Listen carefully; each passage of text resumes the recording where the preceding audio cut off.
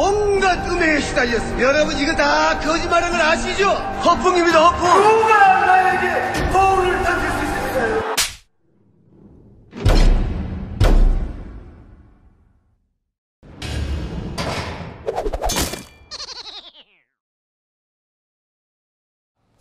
각하배영 방송 다스베더 제9회 시작하겠습니다.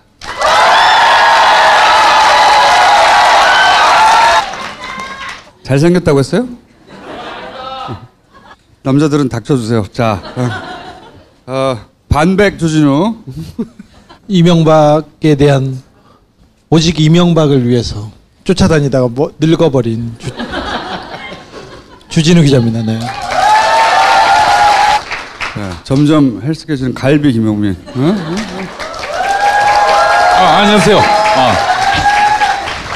누구 얘기를 했나요? 그렇습니다. 갈비 얘기가 나와가지고 먹는 갈비인가. 파티에 비해서 여러 가지 기능 확인해 보실 수 있고, 자 오늘 스피디하게 진행해 보겠습니다. 제가 지금 하는 일이 굉장히 많거든요, 요새. 뭐해요? 통상 언제 녹화를 해요? SBS 그 블랙하우스. 월요일 날 녹화하는데, 찍을 게 많지. 썰전은 가만히 앉아서 타타타 떠드는 거 아니야. 네. 그거 졸라게 할 게 많아. 네. 이번 뭐라고? 못 들어도 돼, 남자들은. 요 앞에 여성들은 다 들었어. 네. 옆에 물어봐요. 나중에 방송으로 보거나. 네. 자, 자 가겠습니다. 첫 번째, 우리 용민이 코너죠. 안녕하십니까. 보수를 괴멸시키고자 4대강 살리기 위한 자원 외교, 제1롯데 월드 등 여러 건의 족같은 짓을 좀 많이 명박이가 인사를 드리게 되었습니다. 국민 여러분, 적폐 청산이와 문제로 진행되고 있는 나를 목표로 하는 검찰 수사에 대하여 많은 국민들이 주로 기뻐해 주면서 축하해 주었습니다. 무상급식을 누구나 받는 것이 아니라고 말했습니다. 사실은 명박이가 역사 뒤집기와 보복 정치로 대한민국의 건강을 흔들리게 했습니다. 노무현 대통령의 죽음에 대한 책임을 묵을 만큼 해초를 저희가 맞아야 하는 게 아닌가 하는 생각이 들었습니다. 그러나 죄인 중 일어난 모든 일의 최종 책임은 저와 함께 일했던 18조 같은 공직자들에게 있습니다. 저를 괴롭힐 것이 아니라 그들에게 저보다 많은 고통을 주기를 간곡히 부탁을 드립니다. 물론 저는 나에게 책임을 물어달라 이렇게 말했습니다. 그러나 여러분 이거 다 거짓말인 걸 아시죠? 저와 함께 일했던 사람들이 노무현 대통령의 비리 사건을 공개하겠다고 한 방에 간다고 말했습니다. 그 한 방에 어디 갔습니까? 허풍입니다, 허풍. 너 이름이 뭐지? 문재인 또말에는 반드시 엄분의 대가를 치르게 여러분의 미신씨 군을 제 명박이가 말씀드렸습니다. 조금만 더 하면 고발될 수 있을 것 같아. 저쪽 지금 예민하거든. 조금만 더 해봐. 지금 용민이 꼭 고소고발 당하고 싶거든요. 이명박 박근혜 둘 중에 한 사람한테 되고 싶은데 박근혜 이제 불가능하잖아. 남은 게 이명박이 얼마 안 남아서 빨리 해야지. 아니 근데 사실은 우리 김종수님이나 우리 주 기자 형이나 정봉주 의원까지 다 뭐 고소당해서 재판 서고 또 감옥 가고 그랬는데 저는 항상 뺐어요. 멘트량이 적어서 그런 것도 있지만은 변희재가 그 비밀을 4년 전에 썼는데 뭐라고 했냐면 총선 승리 기여 때문에 제가 2012년 새누리당 총선 승리에 기여했다고 특전으로 저를 빼준다고. 한 번 그 사건이 있지는 않았었나? 뭐 욕설했다고? 그래. 그거는 한마디로. 그거는 이제 부디 족가세요 그랬다가. 부디 족가세요 했다가 이제 어떤 내용인지 얘기 좀 해. 이제 누군가가 와서 이제 자기 기독교인이라고 당신을 악의 구렁텅이에서 뭐 빼주겠다고. 그래서 부디 족가세요라고 썼죠.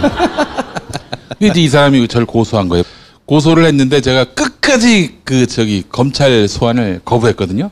그래서 길거리에서 포획되고 뭐 그런 일도 있었고 집안에 멧돼지야 포획되게? 그래서 뭐 큰 사건으로 만들어 보고 싶었는데 잘 안 됐어 이게. 예. 뭐 그래서 이제 나중에는 그 검찰이 사실 이거는 약식 기소할 문제인데. 그렇죠. 벌금으로 그냥 끝낼 벌금 문제인데. 50만 원 이렇게 약식 근데 고용하거나. 정식 기소란 거예요. 정식 기소. 그래서 무죄가 났던가? 정식 기 아니 1심에서 제가 이게 재판이 말이 되냐라고 뻑이다가 이제 100만 원 벌금형을 받았어요. 그래서 큰일 났다 해가지고 이제 2심 가가지고 하여튼 적극적으로 저 재판에 임했는데 그 당시 아주 재밌는 풍경이 판사분이 여성분이셨고 공판 검사도 여성분이셨고 제 변호인이 그 이재정 더불어민주당 의원 여성인데 이 세 분이 이제 조카 부디 조카세요 하셨습니까? 네. 예. 아, 그건 녹음을 했어야 했는데, 예. 이재정 변호사가 눈이 그 자기는 평생 써본 욕이 아니라고 해서 전날에 연습을 했다고 합니다. 조까 해가지고.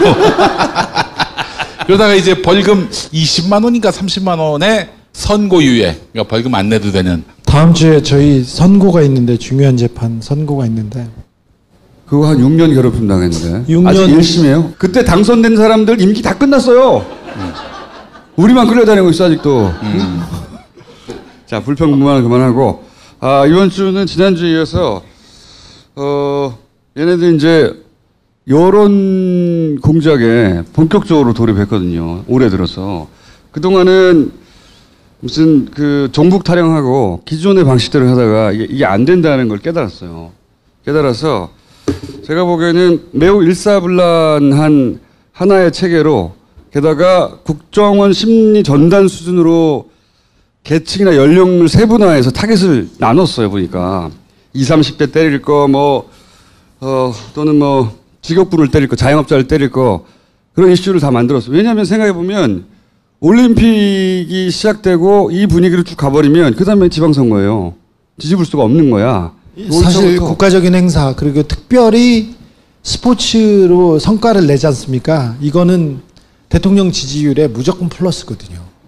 그러니까 저쪽에서는 대단한 위기감을 가졌단 말이죠. 안 그래도 60, 70% 왔다 갔다 하는데 여기서 이게 굳어지는 거. 이대로 쭉 지방선거 가면 끝장나는 거예요. 그래서 사실은 제가 보기에는 이 문재인 정부도 방심했어요. 워낙 그 큰 이슈, 좋은 이슈, 호재가 등장했기 때문에 남북 대화라든가 사실 불과 몇 개월 전까지 전쟁 난다고 막 지랄지랄 했잖아. 그럼 엄청나게 반겨야 되거든요. 엄청나게 반겨야 하는 뉴스 본 적 있어요, 지금? 최근에? 없어요, 다. 그 조중동이나 YTN이나 연합 혹은 포탈, 알바단, 그리고 자유한국당 다 합쳐가지고 일사불란 하나의 체계로 일사불란하게 잘 때리고 있어요, 제가 보기에는. 이게 이제 타겟별로 잘 때리고 있는데 예를 들면 20, 30대는 비트코인, 단일팀, 자영업자는 최저임금. 이거 전부 사실 한나라당 시절에 했던 거거든요. 자기들이. 좀 이따 얘기하겠지만. 자, 어떤 식으로 하냐면, 봅시다. 치밀하게 준비했어요. 원래는, 이거는 지금 단일팀이니 뭐니 하는 거는, 한나라당 2011년에 자기들이 만든 법에 써 있는 거예요. 단일팀 만들고. 네. 특별히 평창 올림픽은 단일팀 추진하자고. 법을 만들어 놨어요. 법을 만들어 놨어요. 그때 지금 자유한국당이 만드는 법대로 하고 있는 거예요, 이게. 그래서 자기들이 만든 법이거든요. 그리고 누가 했냐면 권성동이 발의했어요, 그때. 이 법안을. 특별법 제정해서 단일팀 만들자, 지원법 만들고, 이 특별법 만들었다고, 그때. 당시 이제 당연히 그 야당인 민주당 쪽은 당연히 합의해 줬죠. 이 법이 걔네가 발의하고 걔네가 통과시킨 거예요, 그때. 그거 법안에 의거해서 지금 이걸 하고 있는 거예요, 다. 단일팀 만들고. 다 법적 근거하에 하고 있단 말이죠. 그러니까 사실은 그 염원이 이루어졌다. 이렇게 나갈 수도 있는 거예요. 그리고 예를 들어서 나경원 의원도 그러기 위해서 우리 스페셜 올림픽에 북한 선수단을 참여시키기 위해서 노력하려고 합니다. 본인도 이런 노력하고 있었어. 예, 그렇습니다. 이번에 그러면 참가할 수도 있겠네요.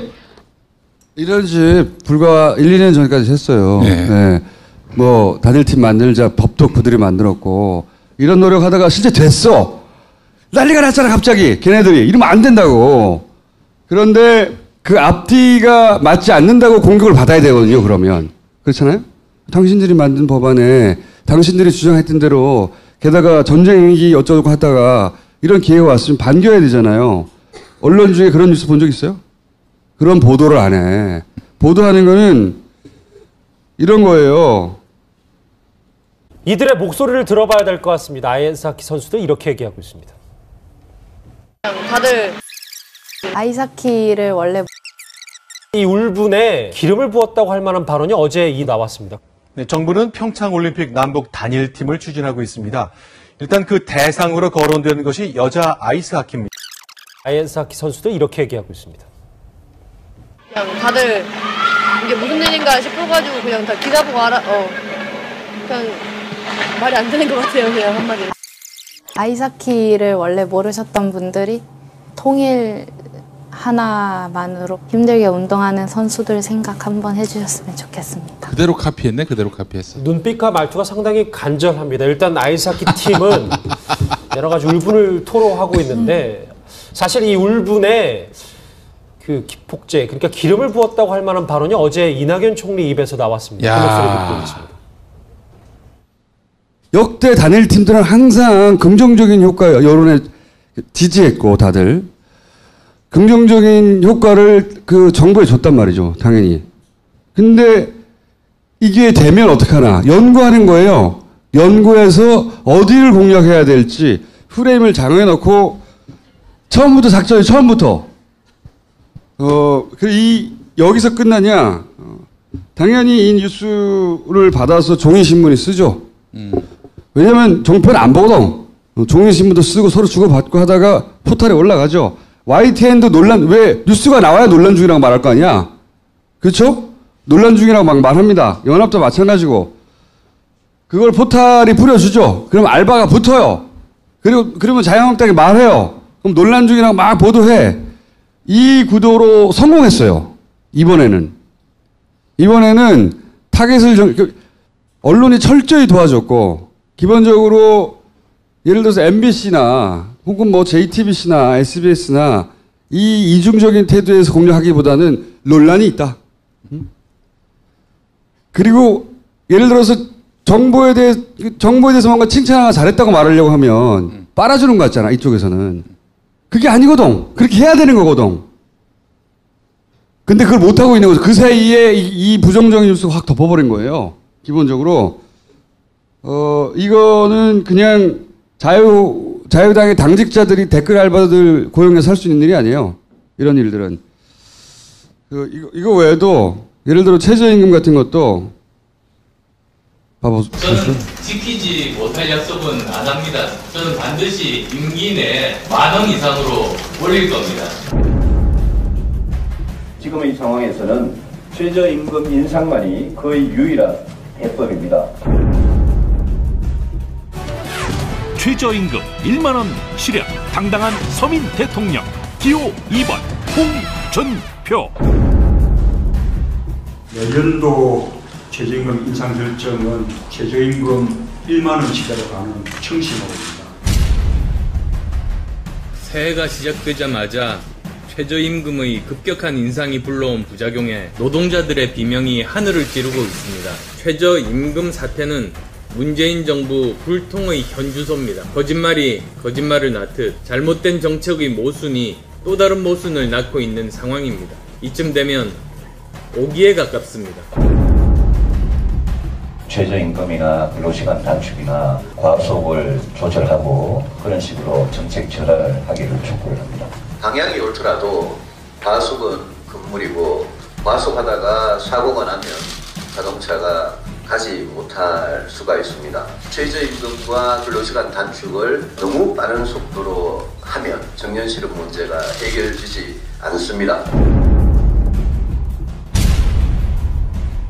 최저임금까지 급격히 올리고 있으니 이래서야 경제가 살아나고 일자리가 생길 수가 있겠습니까? 홍 대표께서도 대선 때 말씀하신 게 최저임금 임기 내 10,000원 인상하겠다. 제가 이야기할 때는 5년 내 10,000원으로 인상을 하되 그걸 정부에서 보전해준다. 이거는 나 이야기한 바가 없습니다. 그러면 어떤 식으로 10,000원 인상한다 했을 때 그거는 대통령이 안 됐기 때문에 지금 대답할 의무가 없다고 생각합니다. 내가 대통령이 됐으면 내가 대답을 하려고 했는데.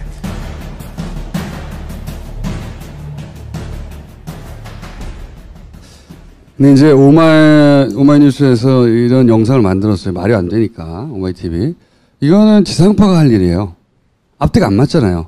그래서 그런 공세에 대해서 말이 안 되지 않냐고 일단 야당 공세는 제껴놓고 그리고 정부 정책 중에 뭔가 부족한 거 있으면 까야 되는 거예요. 그렇잖아요? 그런 얘기 없어. 그리고 일방적으로 까는 거죠. 비트코인 같은 것도 마찬가지예요. 이런 기사가 납니다. 가상화폐 거래 순이익의 세금 최고 24.2%, 징수익이 천문학적이 된다. 그러니까 뭔가 기분 나쁘잖아요? 이 자체로. 그리고 올라가자마자 시세를 흔들어 털어놓고 거래소 세금 뜯고 부자 세금 뜯고 어쩌고 정부 어쩌고 문재인 어쩌고 죽어라. 이 망할 정부에 박근혜보다 더하네. 이게 다 그 기사가 올라가고 순식간에 댓글 달리고 민주당 다시 뽑나 보자. 북한은 좋겠네. 문재인 탈환시키자. 공산화 수준. 이런 댓글들이 와라락 달려요. 이런 기사가 있으면. 감정적으로 증폭 오래 있진 않아요. 이런 기사들은 올라가고 댓글용으로 확 올라갔다가 다시 사라집니다. 그럼 이게 막 돌아요. 또 딴 데서. 잘하고 있어요. 걔네가 요새. 재미를 봤어. 집중적으로. 응? 예전에 사방팔방 막 때리던 거 북한 때리던 거 가지고 안 먹혔거든요. 잘. 이걸 아주 일사불란하게 합니다. 그러면서 제2의 바다 이야기다. 큰일 난다. 이 말은 바다 이야기가 되길 원하는 거예요. 큰일 나라 씨발. 응? 막 올라가다 버블 빵 터져가지고 지금 한 200만 정도 한다고 하니 빵 터지면 실물 경제에 영향 줍니다. 그리고 자살하는 사람들 막 나와요. 응? 내가 뭐 빼가지고 원래 뭐 연봉이 5천만 원인데 막 대출 받아서 1억 넣었어. 왜? 다른 사람 막 10억 벌었다고 하니까 1억 넣었어. 날라가 버렸어. 자살하고 막 이런 그거 내내 때릴 거예요. 그러기를 원해요. 얘네들은. 빵 터지기를. 그래서 보수 매체는 기본적으로 투자에 긍정적이나 투자를 유도하는 기사가 엄청 많이 나왔어요. 터지기를 원하는 거거든. 바다 이야기가 되길 원하는 거예요. 비트코인을 우리 포탈이나 혹은 보수 야당이나 혹은 보수 매체가 다루는 방식은 터지기를 원하는 겁니다. 이렇게 해서 터지는 순간 모든 책임을 정부에 막 떠넘길 거예요. 정부가 해서 그랬다니 어쩌고 규제한다고 지랄하다가 규제가 늦었다고 지랄하고 그 상관없어요. 갖다 붙이면 되니까. 아니 자유한국당이 이거 지들이 법안 만든 것 때문에 가만 멈칫합니까? 아 내가 우리가 만든 건데 어떡하지? 안 해 그런 거.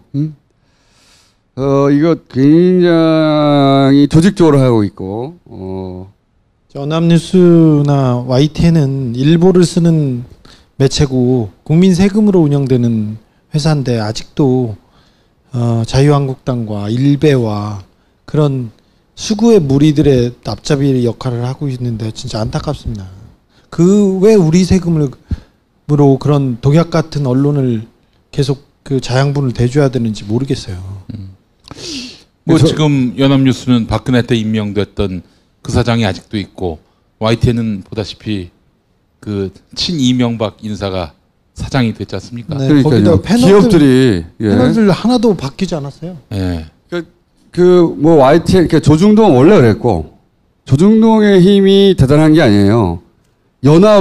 서로 연합해서 힘을 내고 있는 거예요 지금. 조중동에다가 YTN에다가 특별히 이런 기사가 나올 때 꼭 논란이나 갖다 붙이거나 단일팀 논란이나 갖다 붙이거나 꼭 한마디 합니다. YTN은 뉴스를 전할 때. 연합도 마찬가지고요. 그리고 그 끝에는 포탈이 있어요. 포탈이. 응? 이렇게 짝짝짝짝짝 돌아가고 있다. 짝짝. 근데 네이버가 분당 경찰서에 자기들을 수사해달라고. 그거 이제 각을 잡은 거죠. 거기서 예를 들어 프로그램이 없다느니 네이버가 만약에 정말로 제대로 하고 싶다. 네이버 압수수색을 해야 돼요. 자기들을 피해자로 두고 피해자가 아니라 피해자로 두고 수사를 의뢰한 거잖아요. 그게 아니라 피의자로 두고 압수수색을 해야 돼요. 몽창 다. 분당 경찰서에서는 지금 네이버에 그런 그 사이버 수사를 할 만한 능력이 안 돼요. 각이 잡힌 거죠. 이렇게 해서 피해자로 빠져나오는 예를 들어 뭐 최근에 무슨 봇을 돌린다, 프로그램을 돌린다 막 이런 얘기 있잖아요. 예를 들어서 이제 이거 한번 보세요. 요즘 사람들이 이제 말을 하다가 답답해서 사람들이 잘 안 믿으니까 개인들이 막 자기가 본 거를 촬영해서 올린다고 이런 일이 있었다고. 한반도기 앞서서 공동 입장 뭐 이런 기사가 났어요. 포털에. 그러자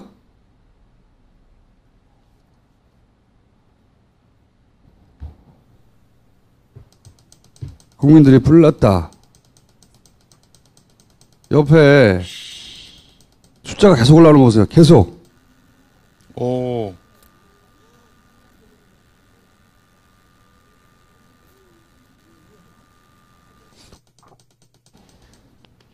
야. 2분 26초 만에. 이거는 한 살에 불과해요. 새벽에 이런 일이 일어날 때도 있어요. 새벽에. 출근하기 전에 한 5시, 6시 때 이런 일이 일어날 때 많이 있어요. 사실 이 포털 어제 저녁에도 평양올림픽이 어제 저녁에도 그렇게 네이버에서 갑자기 검색. 이 세력이 있는 겁니다. 그리고 네이버가 스스로 이 일을 하지는 않을지언정 이런 일이 있다는 걸 그쪽에서 모를 수가 없어요. 아니 네이버에서 이렇게 메인에 올리는 기사마다 그렇게 그러니까 움직이니까 이 댓글 알바들이 예를 들어 타이밍을 놓쳐가지고 메인에 작업할 기사가 올라갔는데 그냥 일반 유저들이 와가지고 이제 긍정적인 댓글을 많이 달았어. 뒤집기가 힘들어 이미.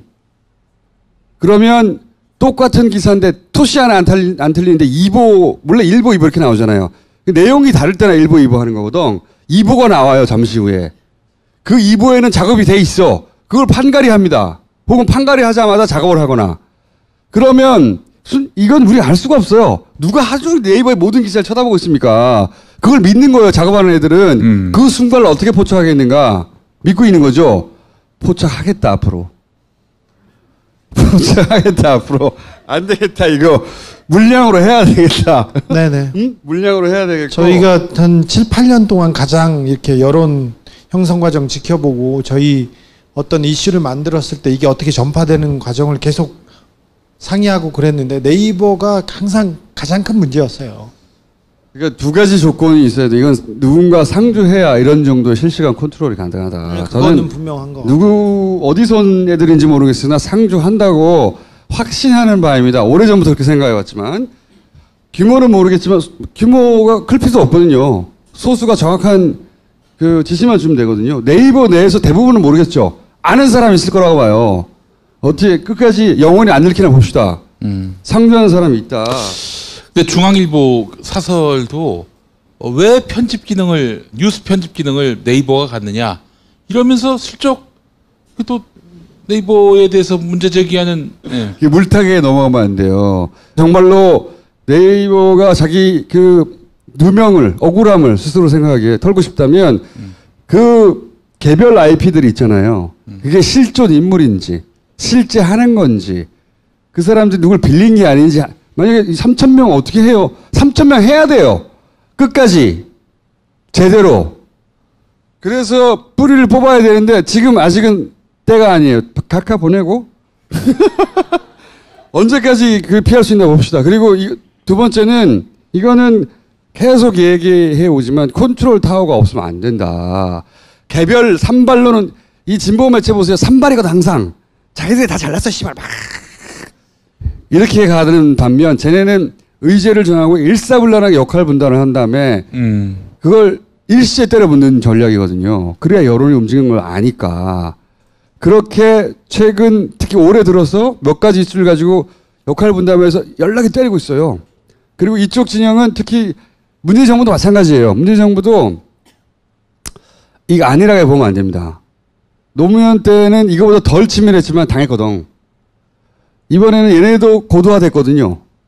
그 지지율 굉장히 높다는 거 알아요. 충성도가 높다는 것도 알아요. 어떻게 와해시킬 건지 가만히 보고만 있겠습니까? 당연히 연구하지. 연구해서 업그레이드하고 전략을 다시 세우고 계속 때리는 거예요. 이걸 그냥 지지율 높으니까 혹은 뭐 이젠 사람의 시대가 바뀌었으니까 그렇게만 해서 넘어갈 일이 아닙니다.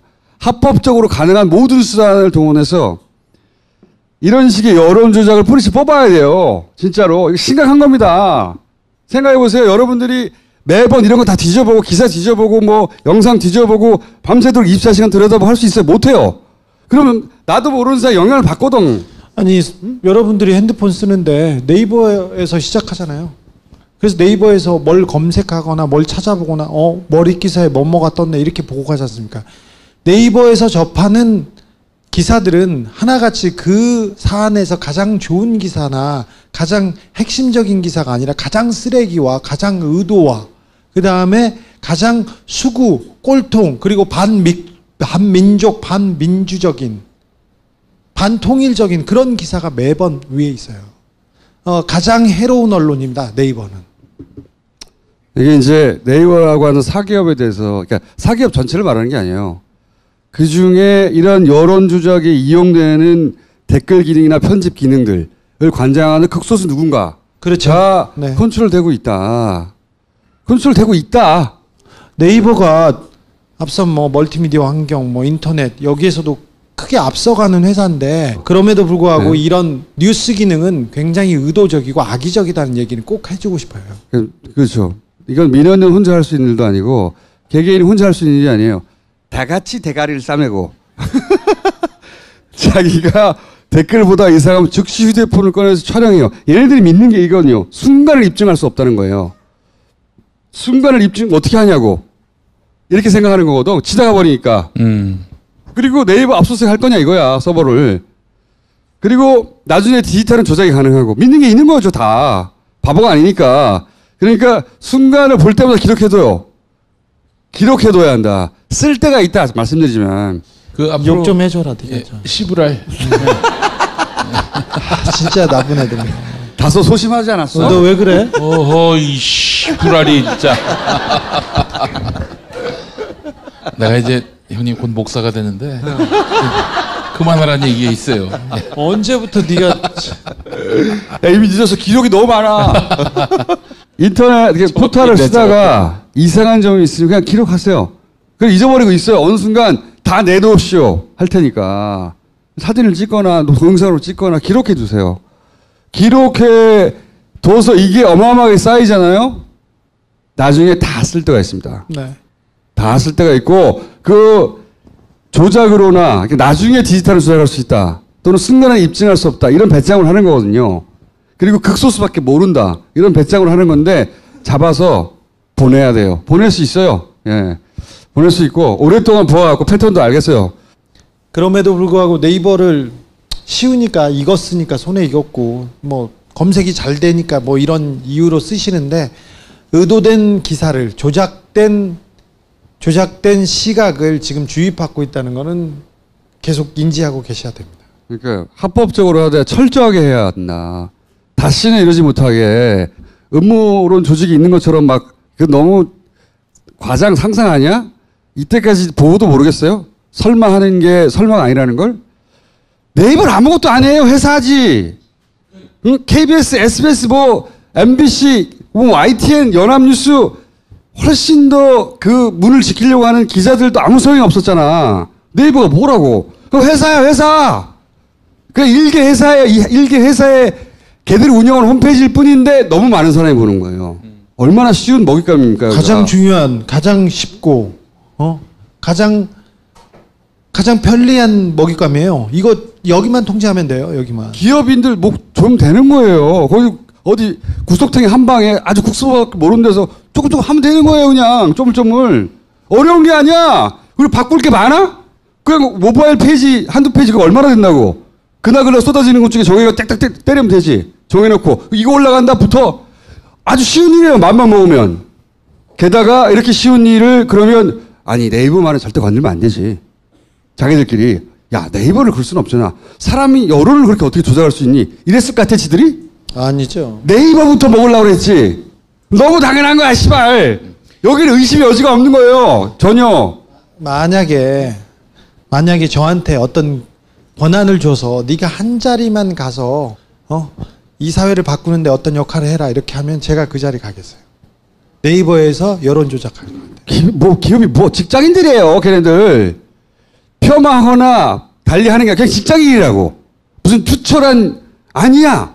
내가 이 조국을 지켜야 되는 인물을 띈 공무원 아니야. 거기다 직장이냐. 네이버는 걸려 있는 게 너무 많아요. 검색을 하면 자기네 컨텐츠와 자기네 광고를 판겨 그 주변 사람들이 다 위에서 검색이 먼저 돼요. 이게 엄청난 비즈니스예요. 그래서 이걸 어떻게 조정하느냐에 따라서 이익이 왔다 갔다 해요. 그래서 굉장히 약해요. 약할 수밖에 없는 존재예요. 정부에게 취약하다는 거죠. 그렇죠. 권력에게. 최근에 2, 3주 보면서 노무현 전 대통령이 어떻게 당했는지 잘 떠올려야 하고 법이 허용하는 데에서 가장 강력한 수단으로 이 여론 조작은 개박살을 내야 돼요. 이거 계속 하고 있다니까. 10년간 쌓아놓은 자기들이 노하우가 있는 겁니다. 차곡차곡. 자, 일단 이명박 일단 이명박 보내고 그 다음에는 정해지는 것 같아. 이거 잡아야 돼요. 네이버에 사심이 있는 게 아니에요. 너무나 탐나는 거거든. 이거는 너무나 사람들 손바닥 위에 자기가 원하는 대로 여론을 조작하게 배달할 수 있다고 생각해봐. 너무 탐나. 절대 그냥 둘 수 없어. 거기 왜 그냥 이게 자연스럽게 돌아간다고 생각해. 어떤 언론도 그러지 않았는데 국내에 존재하는 대형 언론들은 누구나 다 집어먹으려고 그렇게 길을 썼는데 네이버는 그러면 안 된다. 미쳤지. 지금이라도 네이버가 양심 선언을 했으면 좋겠어요. 회사가 어려워지라고라. 혹은 뭐 그런 이유가 아니에요. 요 뉴스 화면에 특정 노출 지면 요게 네이버 전체를 무너뜨릴 겁니다. 이런 식으로 계속 가면. 그러니까요. 협박이 아니라 영원히 숨길 수 없어요. 이거 진짜로. 네이버에서 지금 얘기를 하지 않으면 다른 데서 다 지금 수사하고 있는데 수사하고 있어요 지금. 사실 국정원에서도 많이 나왔어요. 삼성에서 관여한 것도 많이 나왔고. 네이버 특집은 나중에 합시다. 이제 조금 남았네. 요거는 요 얘기까지 하고 전체 둘이 인상이 닮아가시네. 그러니까 이 올림픽 기점으로 지방선거 기점으로 해서 이제 보수 재편을 하려고 하거든요. 보수 쪽에서는 이제 코어의 관심사는 홍준표로 안 된다는 거예요. 홍준표 대표와 관련해서 홍준표를 옹호하거나 변호하거나 방어하는 보수 매체가 있는지 잘 보세요. 없어요. 홍준표는 버림받았어요. 보수에서. 우리가 지켜야 돼요. 그럼. 중앙일보 홍준표 대표를 안 된다고 본 겁니다. 예. 그러니까 홍준표는 혼자 외롭게 고립되어 있는데 본인이 진보 매체에 의해서 고립다고 생각하지만 그게 아니에요. 실제로 그쪽을 원래 싫어하고 홍준표를 도와주지 않는 것은 보수 매체예요. 실제로 홍준표 신년 기자회견 했는데 그 이튿날 중앙일보, 동아일보가 쌩깠어요. 아예 지면에서 보도를 안 해. 그 대체제로 요 프레임. 요네들을 생각하고 있어요. 그 중에 제가 보기엔 안을 생각하고 있어요. 이 소위 코아 쪽에서는. 자, 홍준표를 지켜야 됩니다. 네. 그래서 이제 가끔 우리가 이 둘의 구도를 어떻게 바라봐야, 지금, 어떻게 바라봐야 될 거냐, 또는 이 둘의 정체는 무엇이냐. 저희 책임을, 이 통합에 대한 저희 책임을 다하겠다는 뜻에서 저는 지금 백의종 군 이야기할 당대표 하겠다는 거야, 합당하고 나서도. 유승민 대표는 백의종 군 생각 자기는 백의종 군을 하겠다 그랬거든. 블록체인 질문이 아니에요. 사전에 조율이 있잖아요.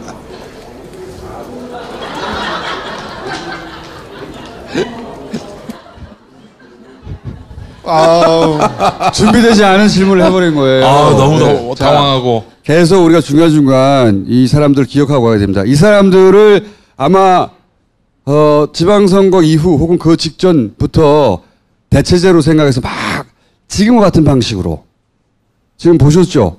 자기들이 원하는 타겟 여론을 전체는 아니어도 국한적으로 형성시킬 수 있다고 생각하거든요. 실제 그래요. 그거를 지금 동시다발로 때리고 있는 건데 이 자기들 10년간 개발한 기계, 언론 조작의 기계에 얹어놓은 거죠. 그거를 극단적으로 돌리고 있어요. 최근에는 야 이거 이렇게까지 가면은 너무 댓글 알바가 붙은 티가 나잖아. 이렇게 보일 거 신경 안 써. 최근에는. 왜냐하면 20대 30대 입안했다는 프레임도 계속 때리거든. 그래서 그렇게 설명하려고 하는 거예요. 그런 뉴스 계속 내요. 최근 20대 30대 이탈 계속 내거든요. 기정사실로 만들고. 하여튼 얘네들은 선수가 붙었어요. 기계처럼 막 돌리고 있다. 방심하면 좆된다. 이거 철저히 이 기계 조선일보가 그렇게 쓰는 거는 어쩔 수 없어요. 지들이 그렇게 생겨 먹었고 영원히 앞으로 그럴 거예요. 근데 걔네들이 힘이 떨어지니까 이제 개별 조중도 무슨 힘이 있어. 힘이 떨어지니까 체인으로 묶어서 여론 조작의 기계를 만들어낸 거야. 막 돌리고 있는데 그 정점에 포탈이 있다. 이거 끊지 않으면 이 기계에 당한다. 사실이 아닌데도 불구하고 당하는 거예요. 만들어낸 여론에 휩쓸려 가는 거지. 기로 가십시오. 예. 다룰 테니까. 자, 잊지 말라고 잠시 보여드렸어요. 우리 얼굴이 잊혀지지가 않아. 국정원 특활비에 관해서 저희가 얘기했던 거, 우리가 다스베이더 몇 편에 1편에서 얘기했나? 이동영 씨가 자기 아버지 월급 받는다. 이 얘기는 벌써 한 달 넘게 그 전에 한 달 전에 했었잖아요. 박범계 의원이 나오신데 그럼 어떡하니? 아 그런가? 아. 그런데 예. 그런데 뭐 사실 요즘 언론들이 뭐 단독이다 뭐다 해가지고 이렇게 말해야지. 예. 박범계 의원이 따먹었어 이게 아니라 우리가 해서 안 되는 거 의원님이 해냈구나. 만약에 의원님이 오늘 안 나왔으면 그렇게 말해야지. 따먹었어. 아니 나오실 줄 몰랐지 내가. 아유. 11월 중순에 첫 방송에서 얘기했던가요? 저기 원세훈 씨 부인 얘기. 그때 국정원 특활비하고 그리고 다스 실소유주 거기에서 승부가 갈릴 거라고. 결국은 감옥은 국정원 특활비와 다스에 있는 세금 처리에서 갈릴 거라고. 아파트 얘기 이때 했죠 이때. 네. 9월부터 했어요 형님. 그러니까 그때 얘기했어요. 이게 이명박 추격기 152페이지에 거기 나와. 나오는데 기다리셔 빨리 해 이제. 나오는데 그 얘기가 이번 주에 지금 화제가 되고 있습니다. 조금만 들어보시죠. 네, 원장님 재임 시절에 아파트 사셨죠? 딸이요. 어디예요? 반포에 아파트 사셨지 않습니까? 24억짜리. 저가요? 따님이요. 아닙니다. 우리 딸은 지금도 전세 살고 있습니다. 반포에 아파트 산 거는 그러면 따님도. 반포에 사는데요? 네. 저희 딸은 전세 살고 있습니다. 그럼 반포에 아파트를 산 거는 아닙니까 사실이? 전혀 사실이 아닙니다. 딸이요? 네. 누가 그런 얘기를 해요? 원세훈 전 국정원장 재임 기간 원전 원장의 자녀가 10억 원이 넘는 강남 아파트를 모두 현찰로 구입한 정황이 포착됐습니다. 집을 팔았던 사람 그분이 증언하시기를 검찰에서 집을 사러 오실 때 10억을 가지고 오셨다. 그리고 아유 정말 그 사람은 곧 보세요. 고소당할 테니까. 10억 집 이 자체가 말이 안 되는 건가요? 아유 말이 안 되죠. 전세를 끼고 샀는데 무슨 10억이 필요하지도 않아요. 그리고 강남 집이었잖아요. 강남집이라도 그렇죠. 그 당시는 그 정도 안 비쌌습니다. 그러면 보통 부동산을 아니 근데 부동산을 사고 팔 때 현금도 줄 수도 있지요. 그러니까 현금 가져가신 건 맞아요. 아유 말 같지도 않은 소리 그런 거를 우리는 본 적도 없고요. 그리고 아버지가 원장님을 하시는 거지 돈을 가져오는 장사하는 사람이 아니지 않습니까? 아유 그러니까 말 같지도 않은 소리 하지 마시고 앞으로 전개되는 거를 좀 쭉 보세요. 거짓말 하시는 거죠, 계속 다. 현찰 주고 사셨어요. 자녀가 1남 2녀였나요? 다 사셨어요, 그때. 근데 그 돈이 국정원 특활비였어요. 국정원 특활비. 특별히 북한에 특수 공작해야 되는 공작비를 특수활동비로 다른 쪽으로 전용해서 그 돈으로 사셨어요. 북향으로 사신 모양이네. 네. 근데 원세훈 원장이 제가 처음에 말하다가 너무 많이 불었다 얘기를 했었는데 그때는 안 나왔었는데 원세훈 원장이 가자마자 특활비를 쓴 게 너무 많아요. 너무 많아요. 뭐 스탠포드에다 갖다 놨죠. 캐나다에다도 갖다 놨죠. 집도 사줬죠. 그리고 집도 고쳤죠. 다른 것도 썼죠. 그림도 샀죠. 특활비로 국정원장 시절에 산 그림을 떼가지고 집으로 갔어요. 끝나고 갈 때. 내가 보기에는 형량이 한참 추가될 것 같아요. 네. 이분 엄청나게 추가될 거예요. 그런데 너무 많으니까 야, 또 이거 어디다 썼어 그러니까 원세훈이 이거 다 내가 안 썼고 이건 이명박이 썼다고 그때 일렀어요. 나왔어요. 특활비 다른 문제도 뭐 지금은 김희중 전 비서관만 이렇게 얘기 나오고 그 사람이 뭐 배신이 아니죠. 진실을 말하고 있는데 왜 배신이야. 배신은 지들이 했지. 배신은 자기네들이 했고, 아니 자기가 범죄 행위를 저지르고 그 밑에 있던 애가 양심 선언을 하거나 진실을 말하는데 그걸 배신이라고 쓰는. 게다가 감옥 간 것도 내가 보기엔 지가 먹은 게 아니에요. 아니야. 그것도 언론이. 지가 먹은 게 아니야. 자기는 배달만 한 거야. 배달만. 김희중은 애초에 감옥 자체도 억울하게 했어요. 제가 보기엔. 네. 저희가 처음에 얘기를 할 때 김희중 얘기는 안 하고 김희중 얘기를 몇 가지 했었어요. 그분은 얘기를 하고 있어서 좀 가려주고 싶은 생각이 있어서 얘기를 했었는데, 자, 김희중뿐만 아니라 김백준도 다 얘기했어요. 정기적으로 받은 국정원 특활비가 아니고 갑자기 받은 돈이야. 그거 이명박이 시켰다니까. 이명박이 다스 소송 관련된 돈이었을 가능성이 커요. 이게 그러니까 돈은 쉬운 게요. 네가 먹었지. 아니야. 진짜라 먹었으면 모르겠는데 안 먹었으면 그것만큼 먹으라는 게 없거든요. 나오게 돼 있습니다. 그래서 원세훈과 김백준과 김희중 모든 사람들이 국정원 특활비를 너무 많이 먹었어요. 김윤옥 직접 받았어요. 김윤옥이 받아서 전달한 것도 있어요. 자, 김윤옥 받았고 이시영 너무 많이 받았어요. 이상득도 너무 많이 받았어요. 국정원 특수활동비를 국정원 특수활동비를 가족들이 다 나눠서 쓰고 주변에서 다 썼습니다. 진짜 이 시부랄 가족들 아니야 이거? 네. 자, 시부랄 패밀리. 자, 야, 그거 잘하면 고소될 수 있어. 한 번만 더 하면 돼. 자, 이 부분은 거의 다 돼 있습니다. 그런데 너무 많아서 계속 나오고 있어요. 지난번에 제가 언제 얘기했잖아요. 월 2억씩 정기적으로 받았다. 그걸 곱하기 5가 아니고 어떤 기간 동안에 2억씩 받았어요. 그거 말고 받은 돈이 뭐 2억, 5억, 몇 천만 원 이렇게 또 많아요. 김윤옥 여사께서 쓰신 돈 어디다 쓰셨는지 알 수는 없어요. 꼬리표가 붙지는 않지. 네, 근데 붙지는 않는데 어디에서 많이 쓴 거는 좀 알고 있어요. 거의 파악이 돼 있어요. 그래서 명품도 많이 샀어. 명품도 많이 사셨어요. 근데 그 돈이 얼마나 글로 들어가는지 입증하기는 어렵죠. 그리고 현금이 특수활동비를 이쪽으로 받았는데 이쪽에서 다른 돈이었는데 이렇게 얘기하면 또 그러니까 그거는 나중에 이제 주머니가 이어질 수도 있지 않습니까? 그렇지. 치마 입었어, 치마. 그 이명박과 김윤옥 여사의 그 쇼핑 습관에 대해서는 나중에 얘기할게요. 나중에 이제 밥 먹으러 갔을 때 밥 먹으러 들어가기 전에 아케이드를 이렇게 하고 이거 괜찮네. 그러면 다 들고 트렁크에다 실어줬는데 돈은 지불 안 하고 그런 내용들이 또 많아요. 자, 이거는 좀 지나갑시다. 지나가서 특활비에 대해서 다 얘기 나왔는데 지금 원세훈 씨 부인 이 여사께서 나오는 팩트들도 다 거짓말을 하고 있어요. 그래서 인정할 수가 없지 사실. 네. 그건 받았어요. 집 샀어요. 어떻게 그러니? 끝까지 아니라고 그래야지. 뭐 잘 될 거예요. 그리고 오늘 되게 중요한 날입니다. 이동영 씨, 그러니까 이상은 회장의 아들, 그리고 다스의 부사장입니다. 들어보자고. 검찰에 갔습니다.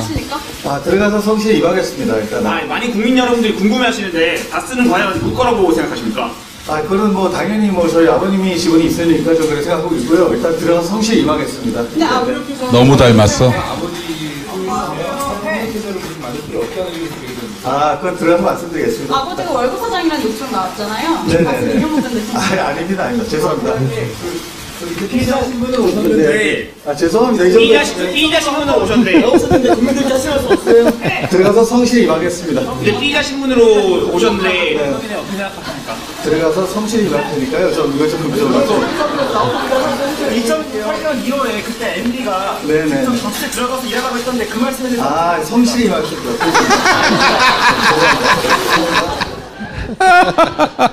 저분이 이동영 씨입니다. 근데 계속 성실하게만 하겠다고 했는데 이동영 씨는 근데 개인적으로 비리가 많아가지고 처음에는 성실히 임하겠습니다. 계속 성실히 임하겠습니다. 다른 얘기를 하다가 한 오후 3시쯤부터 진실을 얘기하고 있습니다.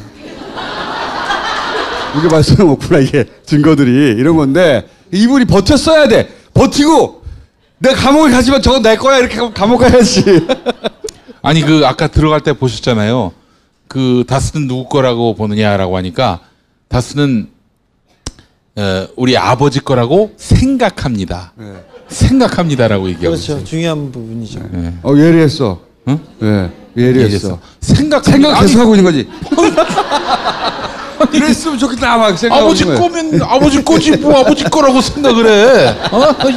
사실 몇 달 전에 이 다스 문제가 불거졌을 때 그 이동영 씨 그리고 이상은 씨 주변 사람들에서 말이 나오기 시작해가지고 2달 전부터 이분은 그 가족회의에서 배제되고 계속 욕 먹고 있어요. 이동영 씨가? 네. 잘 생각해 보세요.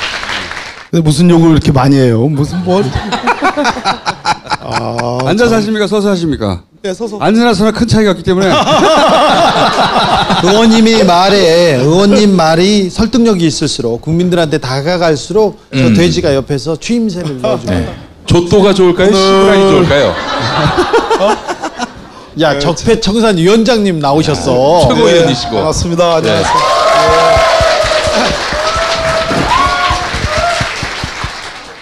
먼저 좀 총정리 차원에서 지금 수사가 이제 두 군데서 이루어지고 있잖아요. 예. 하나는 중앙지검. 뒤에도 계시네. 네. 중앙지검에 이제 첨단 수사 일부 수사가 있고, 그다음에 서울 동부지검에 특별수사팀 수사가 있는데, 그럼 다스 소유가 이명박 전 대통령의 것으로 입증이 된다 하더라도 그렇다고 처벌이 되는 게 아니에요. 그렇죠. 그 자체로 처벌되는 오늘은 거죠. 그 점을 조금 전제로 말씀드리려고 하는데, 예. 자 여러분, 이 영문으로 돼 있는 이 이메일이 있죠. 이게 누가 보낸 거냐면 미스터 잭 청이라는 사람, 슈퍼바이저 이렇게 돼 있죠. 저 사람이 다스 측에 미스터 최동영이라고 들어보셨죠? 예. 회계팀장 한테 팩스로 보냅니다. 어떤 팩스를 보내냐면 다스가 이명박 소유가 아니라는 그러한 문서를 보내달라 이렇게 해요. 최동영이가 이 답변을 보낸 겁니다. 잭청한테. 2002년 2월 26일 팩스로 보낸 귀하 요청에 따라 이명박 씨와 대부기공은 다스의 전신이에요. 이름이. 대부기공 및 BBK 주식회사의 관계를 공증한 서류를 보냅니다. 왼쪽에 요 문서는 MBC가 보도를 한 겁니다. 근데 이게 무슨 의미가 있느냐? 뭐라고? 지금 뭐 뒤에서 어떻게 하셨어요? 아니요. 하세요. 이렇게 좀 해주세요. 네, 뒤에서 어떻게 했는데? 아니요. 얘기 좀 해주세요. 저 최동영 씨하고 친해요, 제가. 네. 저 소리도 다 저한테서 나왔어요. 그럼 이것도? 네. MBC에 간 것도? 네. 다 주진우 기자가 다 갖고 있어요. 근데 재미난 거는 여기서 백날 떠들어도 100만 명밖에 안 봐. 제 입으로 해가지고 연합뉴스와 MBC, KBS, SBS, 자, 박수 한번 주세요. YTN, 네. MBN 이렇게 나가야지 1000만 명이 보는 거예요. 아까 제가 위에서 보니까 저를 무지하게 뭐 좀 디스를 하던데 다스베이다에서 100날 해봤자 100만 명. 네, 어르신 말씀이세요. 네. 제 입으로 나가야지 1000만 명이. 그렇죠. 네. 제 입으로 나가니까 소환하잖아요. 네네. 제 입으로 나가니까 수사하잖아요. 그거 인정하죠? 해야지. 의원님, 총수가요 시브랄이라고 한마디 하라고 하네요. 이래가지고 총수님 처음 듣죠? 다 나왔던 얘기예요 여기서. 나왔던 얘기야? 아니요. 나와서 소용없다니까. 100만 명이야. 내가 얘기하면 1900만 명이고. 맞죠? 네. 그런데 여기까지는 나왔던 얘기인데, 자, 뭐 오늘 들어간 이동영이 왜 중요하냐면 지금 이 모든 사단이, 모든 문제가 불거진 결정적인 계기가 있어요. 2016년 봄부터 여름까지 이 다스를 둘러싸고 이 MB의 가족들 사이에서 어마어마한 일이 벌어진 거예요. 네. 그죠? 그렇습니다. 네. 네. 한 말씀 하시죠. 맞습니다. 네. 맞습니까? 왜냐면 잘 듣고 있습니다. 원천 자료가 여기 있기 때문에 내가 일일이 승인을 받고 얘기를 해야 돼. 네. 자, 이시영은 MB의 아들, 이동영은 이상은의 아들. 이상은은 MB의 큰형이에요. MB의 형이에요. 그런데 이 사촌 간에 이동영, 이시영 사이에 분란이 생깁니다. 소위 권력투쟁이라는 게 생겨요. 그동안에는 이동영이 실질적인 그 다스의 부사장이었어요. 상당히 신임도 줬어요. MB가 당선자 시절에 최동영 씨 얘기입니다. 최동영이 검찰에 진술한 얘기입니다. 최동영 씨하고 이동영이가 같이 MB를 찾아갑니다. 그 당시에 이 다스를 둘러싸고는 김상우 사장이 있어요. 이 MB의 실권자예요. 김성우. 예. 예. 그런데 이 김성우를 둘러싸고 뭐 여러 가지 그 잡음이 있었어요. 경영진 간에. 이상은을 뭐 지지하는 사람이 김성우가 좀 못됐으니까 좀 바꿔줬으면 좋겠다. 그래서 이상은이가 진짜 실권이 있는 줄 알고 얘기했다가 뭐 제가 알기로는 뭐 크게 혼을 당하고 그랬다고도 해요. 그런 시점에 이 둘이가 찾아가가지고 이거 회사에 무슨 뭐 이런 저런 문제가 있다고 MB한테 보고를 하는 거예요. 이동영이가. 예? 이동영 보고를 하니까 MB가 떡 앉아서 하는 말이 그럼 네가 가서 한번 해봐. 이 얘기를 했다는 거예요. 그러고 나서 2008년 4월에 이동형이가 다스의 부사장으로 입사를 합니다. 아시겠죠? 그런 이동형이가 다스의 부사장으로 실질적으로 경영에 관여해가지고 일을 해요. 일을 하다가 2016년도에 무슨 문제가 생겨가지고 이제 싸움이 났는데 그 문제가 생긴 두 건이 이겁니다. 그중 두 건이 하나가 대학관광이라는 이 다스의 직원을 출퇴근시켜주는 통근버스를 운영하는 협력업체예요. 다스의 협력업체. 예. 이 대학관광의 사주로부터 이동영이가 한 달에 230만 원씩 토탈 7,200만 원을 삥을 뜯는 거예요. 삥을. 하하. 예. 만약에 말해요. 자기 아버지가 실제로 다스 소유주고 자기가 다스를 물려받을 황태자라면 자기 직원들 통근시켜주는 그 통근버스 협력업체 사장한테 삥을 뜯겠어요? 그것도 7억 2천만 원도 아니고 7,200만 원. 한 달에 230만 원. 뜯을 수도 있는 집안 같은데요. 네. 그래가지고 자 그랬는데 이 얘기가 그런 얘기예요. 대학관광에서 뭐 이렇게 했는데 이 얘기를 이것이 문제가 되니까 이 다스의 격리일도 뭐 하고 뭐 의전도 하고 총무일도 하고 운전도 하는 이상은의 운전기사라는 분이라고 있잖아요. 김종백 씨. 네, 우리 저 주진우 기자님이 너무 잘 알 겁니다. 굉장히 샤프하고 똑똑하고 아는 것도 많고 열성적이고 여기서 20년간 근무한 사람. 그 김종백 씨 한테 이른다는 거예요. 이동영이가. 네가 총대 매라고. 아. 저 리베이트 받은 거 지가 받아놓고 문제가 되니까 네가 총대 매라. 그러니까 그 이야기가 그거였군요. 그 얘기예요. 제가 오늘 이건 처음 밝히는 거죠. 주진 기자님 처음이죠. 네, 처음이에요. 네가 총대 매라고 하니까 세상에 그러니까 이 김종백 씨가 정말 굳은 일 다 해가면서 책임질 거 다 책임져가면서 일을 해왔는데 범죄에 해당하는 저 리베이트는 범죄입니다. 횡령이에요. 범죄에 해당하는 걸 네가 책임지라는 건 네가 대신 감방 가라는 거잖아. 야 이거 아주 양아치지. 그러니까 이거는 도저히 어떻게? 시부랄 양아치지. 이건 도저히 받아들일 수 없다라고 노해요. 노하니까 그때부터 인사상의 불이익을 3년간 주는 거야. 이동영이가? 이동영이가 김종배.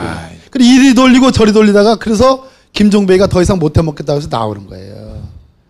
예. 아시겠죠? 이때부터 문제가 된 겁니다. 예. 이건 또 다른 리베이트입니다. 네. 이거 예. 중요한 부분입니다. 이건 처음 나오는 얘기입니다. 이게 처음이죠? 네, 얘기 안 했습니다. 안 했어요. 확실히 안 했어요. 김어준 뉴스공장에도 안 했잖아요. 안 했어요. 예. 이거 중요한 맥이에요. 처음 얘기죠. 특별히 오늘 이동영이 검찰에 갔잖아요. 그리고 그래서 지금 가장 중요한 부분입니다. 요거 때문에 입을 열지 않을 수 없었을 것이다. 오후 3시부터. 요겁니다. 이 6억 3천이 큰 돈이잖아요. 이 고철업체의 사장은 누구냐면 이명박 대통령의 누나의 아들이니까 여기도 사촌간이에요. 김동땡. 나는 김땡땡만 하려고 그랬는데 또 김땡땡이에요. 그 고철업체 사장의 동생과 대화를 나눈 거예요. 이게 동생과 다른 C하고 대화를 나눈 겁니다. 아시겠어요? 다른 C. C가 그 다른 C고 B가 그 김땡땡의 동생인 김땡땡이에요. 역시 마찬가지로 C가 그 시브랄이 아닙니까? MB의 사촌이죠. 아니. B는 뭐냐 그럼? MB의 조카 해당하는 거죠. 누나의 아들. 불알. 산만하네. 공부를 하겠다는 건지 안 하겠다는 건지 잘 모르겠으니까. 선생님 다 아는 거예요. 아니 오늘 중요한 부분이에요.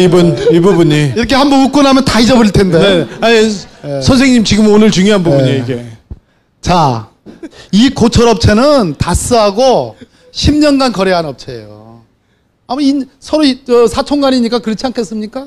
조카니까 10년간 거래한 업체인데 다스가 갑자기 너 그만둬.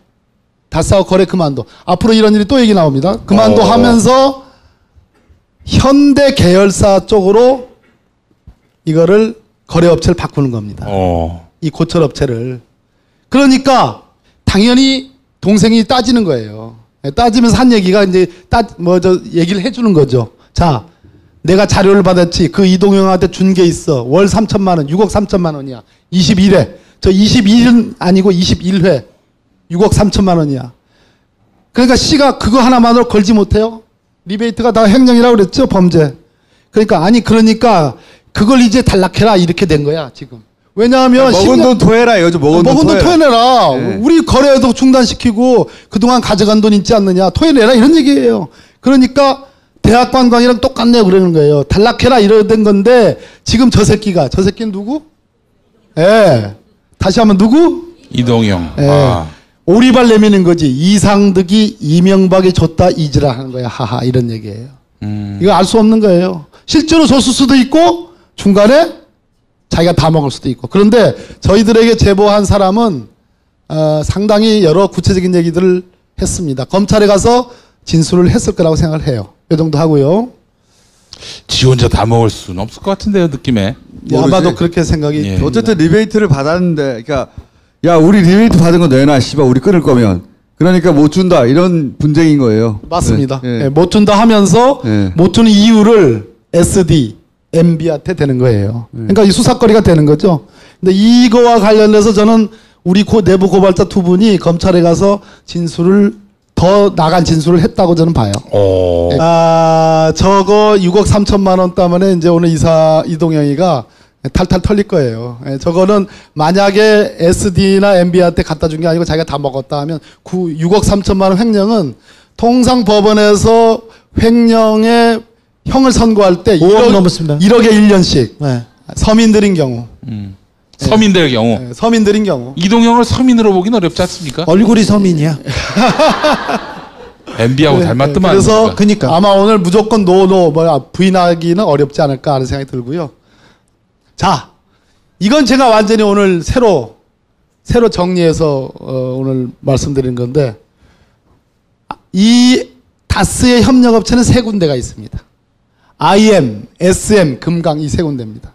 IM은 2006년에 설립이 됐는데 이상은의 아들인 이동영이 대주주예요. 그러니까 이동영 거예요.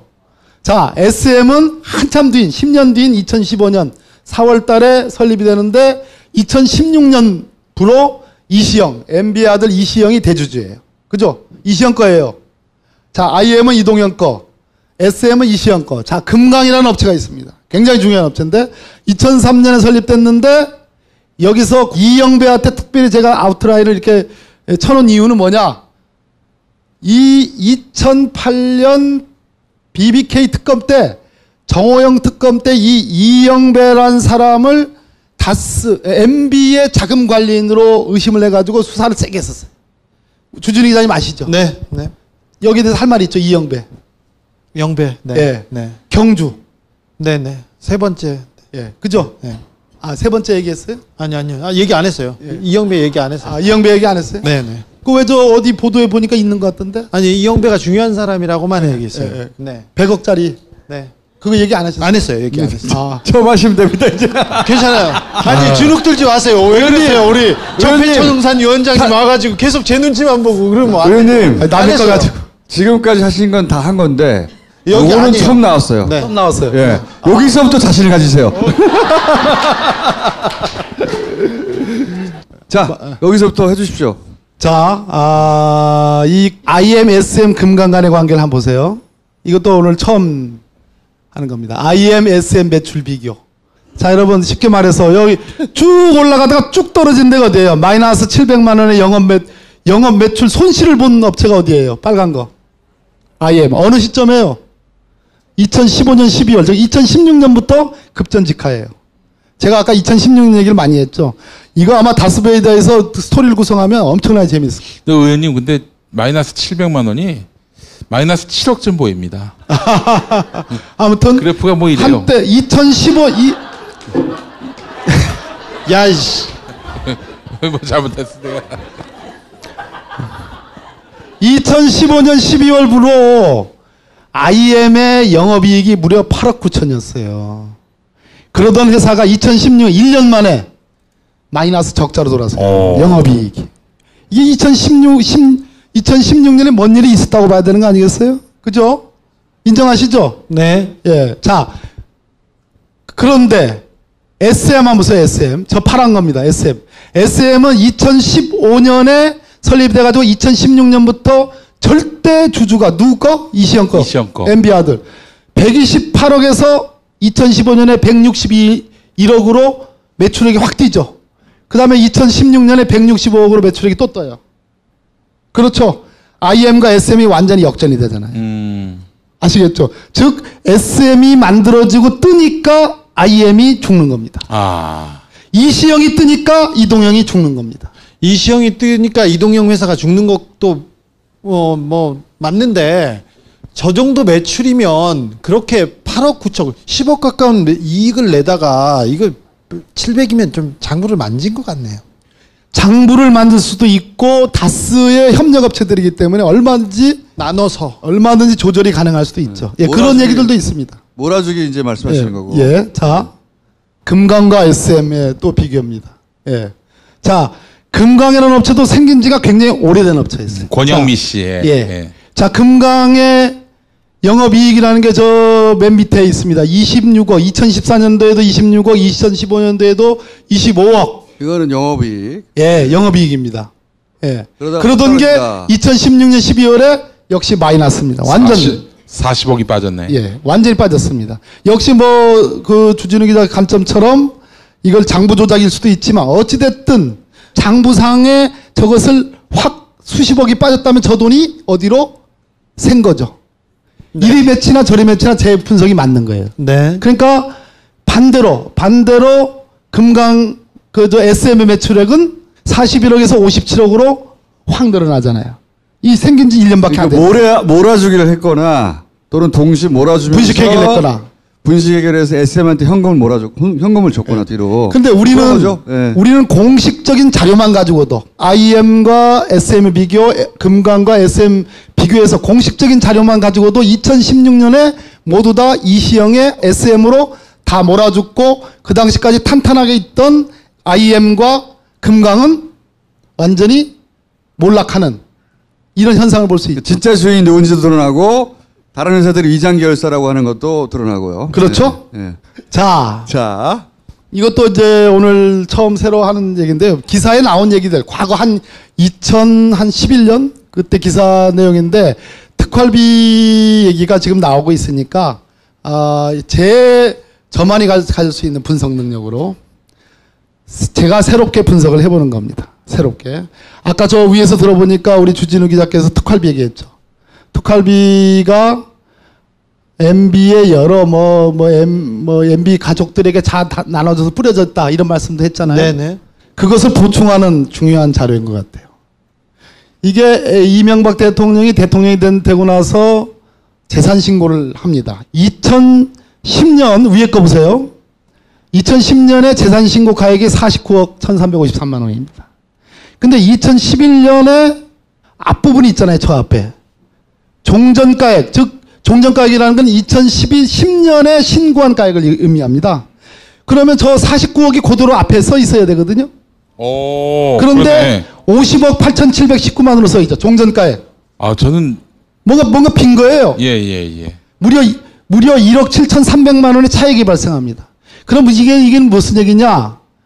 2010년에 신고한 그 재산 신고가 하나가 누락이 된 거예요. 2억 원 가까운 돈이. 근데 저것을 계속 숨길 수가 없으니까 2011년 신고에 아무 설명도 없이 종전가액이라고 해가지고 50억 8,719만 원이라고 저렇게 기재를 하는 거예요. 자, 그런데 이게 뭐냐? 이겁니다.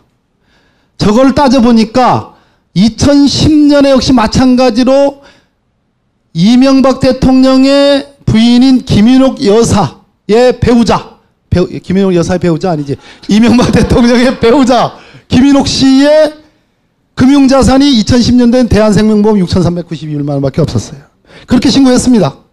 근데 2011년에 보니까 우리은행 2억 1,800만 원이 나와요. 저 2억 1,800만 원, 즉 2010년하고 2011년 사이에 4,400만 원이 순 증가했는데 저 돈을 빼니까 앞에 거 1억 7,366만 원이 그대로 나온 거예요. 무슨 얘기냐? 한마디로 2010년에서 2011년으로 가는 사이에 없던 돈, 우리은행 계좌에 없던 돈 1억 7천여만 원, 2억 원 가까운 돈이 하늘에서 떨어진 거예요. 하늘에 떨어진 거예요. 그래서 저게 왜 그러냐라고 설명을 해봐라 했더니 MB 쪽에서는 대통령이 될 때부터 원래 있던 예금인데 여기저기서 저 처자식한테도 자식들한테도 받고 여기저기서 선물 받고 무슨 용돈 받고 한 돈을 모아둬 가지고 그때부터 처음 대통령이 될 때부터 있던 예금인데 모르고 있다가 말이 안 되죠? 그러다가 2010년에 알아가지고 추후에 누락 신고를 한 거다 이렇게 설명을 해요. 자, 저 2억 원 가까운 돈이 하늘에 떨어질 수가 있겠습니까? 근데 저 때는 그냥 그렇게 하고 넘어갔어요. 그렇게 설명을 하니까 별일 아니겠지 하고 넘어갔어요. 그런데 지금 특활비가 문제가 되잖아요. 예. 자, 그러면 이쯤에서는 특활비의 의심을 지금 1억을 받고 있잖아요. 이 돈을 출처를 설명을 해야 되지 않겠습니까? 설명할 의무가 있는 거죠? 네. 만약 설명 못하면 이거 지금 의심받고 있는 그걸로 지금 의심 받을 수밖에 없는 거잖아요. 그래서 하늘에서 뚝 떨어진 이 2억 원 가까운 예금 그거 신고 누락한 거 지금 특활비가 문제되는 이 시점에서 MB 쪽에서 밝혀야 된다. 이런 얘기를 하는 겁니다. 특활비로 의심된다. 만약 제대로 설명 못하면 의심을 받을 수밖에 없는 거죠. 그렇습니다. 끝났나요? 네. 박수.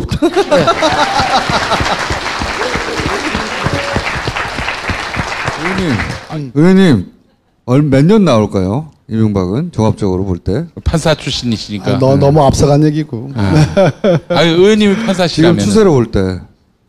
그런데 지금 이제 그러면 이렇게 여쭤볼게요. 구속은 피할 수 없다? 아니면 어떻게 할지 모른다?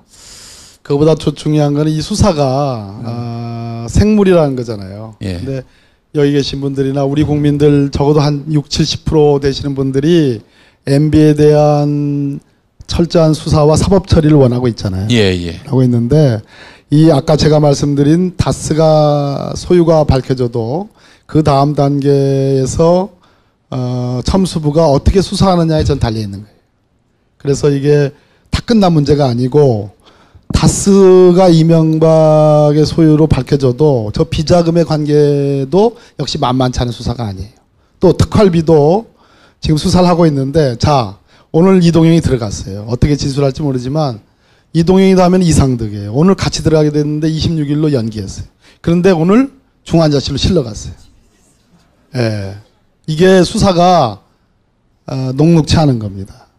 그런 측면에서 저는 소환은 피할 수 없고 사법 처리는 피할 수 없을 것이다 이런 생각은 하지만 당장 내일 모레 소환 또 여러분들이 원하듯이 구속 수사 또 지금 김원준 총수 말씀하신 것처럼 얼마형 이것은 너무 아직은 예단하기 어려운 일이고 우리가 지금까지 노력했던 이 진실을 밝히는 작업들을 훨씬 더 타이트하게 해야 되고 이 수사를 하는 검찰에 대한 어떤 감시의 눈길도 끝까지 유지를 전 해야 된다 이렇게 생각합니다. 말씀을 이렇게 하시는데 올라가면요 몇 년형 나올 거야 이렇게 얘기하십니다. 자 감사합니다. 네 고맙습니다. 네.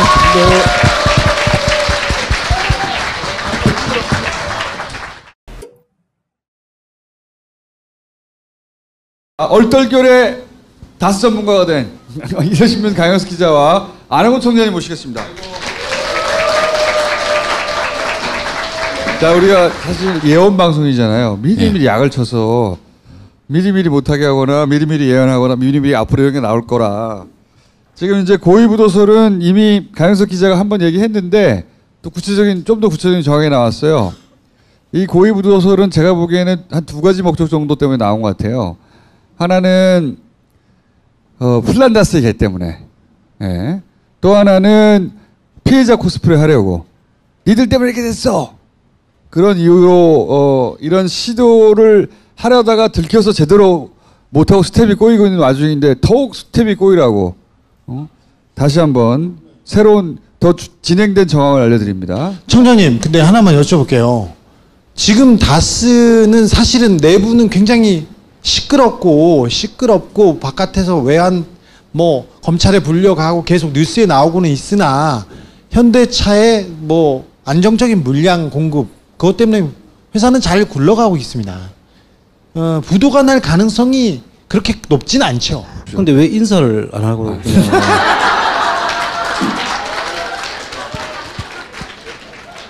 예, 안녕하십니까. 안흥구입니다.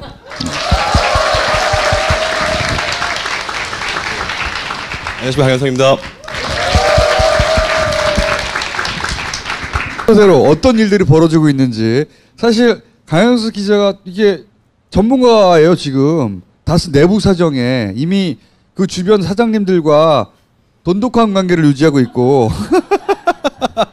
지금 취재에 뛰어든 뭐 MBC, SBS, JTBC 기자들보다 훨씬 더 앞서가서 신라어를 구사하겠는데 내밀한 사정도 잘 알고 있거든요. 이분은 왜 안 불러주나 몰라 딴 데서. 자. 그 설명을 좀 드리면은, 그러니까 부도설이 나오게 된 경위가 좀 궁금하실 것 같아서요. 제가 좀 적어왔습니다. 일단 부도설이 나온 게 10일이 수요일, 그러니까 지난 10일 수요일이거든요. 그때 오전에 다스 내부적으로 좀 회의를 한 모양이에요. 근데 이제 그 회의에 참석을 했던 이제 어떤 분이 그 얘기를 좀 이제 밖으로 좀 퍼뜨리면서 이 부도설이 퍼진 것 같은데, 예, 어떤 얘기가 나왔냐면, 일단 그 회의에서 나온 얘기가 회사가 부도 직전이다. 그리고 이번 달에 어음을 못 막으면은 부도가 날 수 있다. 그래서 관리직 월급은 일단 안 받을 생각을 하고, 또 뭐 경우에 따라서는 명퇴도 할 수 있다. 그리고 지금 현재 회사 상황이 뭐 카드 값이나 이런 게 다 연체가 돼 있기 때문에 이놈들 수써 확실히. 네. 근데 진짜 그렇게 어려운 상황이에요? 뭐 은행권이 뭐 회수한다는 얘기는 거짓말은 아닐 거 아니에요. 은행권이 회수한다는 얘기는 그러니까 하나은행, 그러니까 외환은행이랑 이제 다스가 주거래 은행인데요. 외환은행에서 뭐 120억 정도 상환 요구했는데 다스 정도 되는 회사가 120억이 없어서 망할 일은 아마 없겠죠. 예. 그래서 근데 그런 부분들을 좀 고려를 해보면 아까 이제 총수님이나 아니면 여기 많은 분들 말씀하신 대로 좀 어떻게 보면은 이 부도설을 흘리기 위해서 혹은 내부적으로 기강을 다잡기 위해서 이렇게 이런 얘기를 좀 했을 가능성이 있다라고 추측을 해봅니다. 그 이야기가 근데 굉장히 구체적으로 돌고 있다는 거죠? 네. 그래서 실제로 보면은 이렇게 내부적으로 회의를 한 다음 날에 노조 앞으로, 다스 지회 앞으로 회사가 경영 위기에 빠져 있으니 앞으로 노조에 대한 지원을 중단하겠다. 라고 직업 공문도 보냈고. 뉴스가 또 나온 게 이제 폭스바겐하고 굉장히 큰 계약을 앞두고 있다. 네네. 거기 신경 많이 썼다고 하다가 폭스바겐이 관여자고 한 게 아니에요. 다스 쪽에서 폭스바겐에 접자고 한 거지. 이게 좀 이해가 안 되는 게 다스가 만약에 정상적인 기업이라면은 독일에서 폭스바겐이 먼저 우리랑 계약하자. 그래서 독일에 가서 공장을 짓고 거기서 폭스바겐에 납품을 하게 되면은 현대차 말고도 폭스바겐 납품할 수도 있고 또 유럽에 공장이 있으면은 거기 뭐 독일의 벤츠라든가 이런 여러 자동차 회사들이 있거든요. 이렇게 납품할 수 있는 정말 좋은 기회인데 이거를 본인들이 스스로 우리 안 한다. 이렇게 이제 해버린 거죠. 오히려 부도 위기면 더 해야 되잖아요. 네. 제가 조금 더 이게 기초 지식을 우리가 좀 가지고 가야 되는데 기초 지식이 없는 강현수 왜냐하면 죄송합니다 제가. 예. 우리가 보통 부도라고 이야기하는 경우하고 회사가 파산되는 거하고 부도와 파산은 다른 거거든요. 부도는 일시적으로 부도가 날 수 있어요. 예를 들어서 회사에 갑자기 자금이 부족해서 아까 말씀드린 대로 어음을 끊어줬는데 만기일이 돼가지고 돈을 못 갚았습니다. 그러면 은행에서 부도 처리를 하는 거예요. 그런데 그것도 바로 부도 처리를 하는 것이 아니라 1차 부도, 2차 부도, 뭐 최종 부도 이런 식으로 해가지고 시간을 끌어가면서 그걸 갚을 시간을 주는 겁니다. 일시적으로. 그리고 또 부도를 적자 부도, 흑자 부도라고. 이게 일시적 부도일 경우에는 회사는 잘 돌아가는데 돈이 일시적으로 모자라가지고 만기일이 되어가지고 그럴 수는 있잖아요. 개인도 그럴 수 있잖아요. 똑같아요. 예. 형편은 괜찮은데 그렇게 될 수 있는데 보통 우리가 일반적으로 부도하는 경우는 바로 파산하고 연결시키죠. 파산은 회사가 완전히 회사 문을 닫는 겁니다. 부도는 우선 돈을 만기일에 못 갚았을 때 1차 부도가 날 수 있는 건데 그건 돈 갚으면 회사 멀쩡하게 돌아가는 것이고. 이제 그래도 부도 얘기가 나오면은 회사가 망할 것이다. 망할 거다 해가지고 서로 돈을 빼다 보면 파산으로 가는 고속도로를 타는 그렇게 셈이죠. 이제 사람들한테 인식이 돼 있죠. 근데 왜 이 회사가 절대 부도가 안 나는 회사인지를 내가 지금 설명을 잠깐 해드릴게요. 고의 부도를 낸다는 건 돈이 있는데도 불구하고 어물 결제를 안 하면 부도가 나는 거예요. 그렇지. 1차 부도가. 이 회사가 16년도 기준으로 보면 총 자산이 얼마냐면 9,200억이에요. 총 자산이 9,200억인데 자산은 자본과 부채를 합해서 자산이라 그래요. 그런데 이제 부채는 얼마냐 하면은 6,300억. 그러니까 한 3,000억 정도가 이 회사의 자산인 거예요. 자본인 거예요. 그러니까 이런 회사는 엄청나게 좋은 회사입니다. 자본금이 3,000억이라는 것은 보통 이런 회사는 잘 없습니다. 근데 원래 장부상의 자본금은 29억 5천만 원으로 되어 있는데 그 나머지는 잉여금이 자본으로 환입할 수 있는 돈이에요. 그러니까 자본이 똑같다고 보면 되시는 거고 이렇게 좋은 회사이고 그 다음에 유동자산이라고 하는 것은 현금으로 움직일 수 있는 자산. 그러니까 왜 부도가 절대 안 나느냐 하면은 이 유동자산이 5,800억이나 있는 회사예요. 그런데 이 회사가 뭐 다른 데 돈을 다 빼놓고 일시적으로 부도 처리는 자기들이 할 수 있겠죠. 그러나 이렇게 좋은 회사를 은행이 돈 빌려주면 받을 수 있는 충분히 되는 회사를 왜 부도를 내겠냐 이거죠. 말도 안 되는 이야기죠. 파산을 안 시킨다는 거죠. 절대 안 시키는 것이고. 그러니까 만약에 그래서 부도가 난다면은 다스하고 은행하고 짝짝꿍해서 아니지. 짝짝꿍이 다스가 아니라 돈을 안 내면 돈을 자기들이 잠가놓고 못 주면 만기가 됐는데도 돈을 은행에 못 갚으면 부도가 나는 거예요. 그 고의 부도를 내면은 처벌을 받을 수 있어요. 당연히 처벌을 받게 돼 있습니다. 그렇기 때문에 이게 말대로 고의 부도를 냈다. 그러면은 바로 처벌을 받습니다. 지금 현재 경영인들이 처벌을 받아야 되는데 그렇게 고의 부도를 낼 수도 없고 내지도 안 할 거고 내면 안 되는 회사예요. 근데 뭔가 이제 꼼수를 찾아낼지도 모르죠. 아니 부도는 안 나요. 부도 이렇게 회사가 망하진 않아요. 그 구글에서 얘기하자면.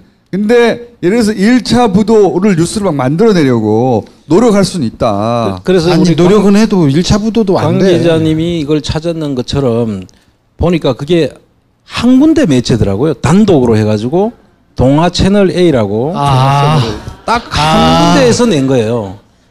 그리고 그 뒤에 다른 데서 받았는 데가 있는가 싶어 보니까 아무 데도 없어요. 근데 그 내용을 자세히 살펴보니까 그 다스 경영진이 노조한테 보냈다는 그 내용. 그리고 자기들이 폭스바겐을 잠깐 설명해야 되는데 폭스바겐이 이제 해외 14개 회사가 있잖아요. 해외 법인이. 그런데 폭스바겐에 납품하는 회사를 독일에다가 2천억을 들여가지고 자기들이 투자를 한다라고 발표를 했던 시점이 이 사건이 터지기 직전에 있었는데 그 2천억도 저는 의심하기를 2천억을 투자를 할 정도 회사면 이 회사는 진짜 좋은 회사잖아요. 그런데 갑자기 그 투자하려고 했던 2천억을 투자하려고 했던 회사가 갑자기 부도를 낸다? 말이 안 되는 것이고 그 다음에 독일에다가 2천억을 넣는다고 하는 것은 저는 그때 그렇게 의심을 했었습니다. 그때 당시에 해외 법인은 전부 다 지금 이시영 쪽으로 다 지금 가 있고 예. 그 2천억도 이시영한테 주기 위한 것이 아닌가. 네.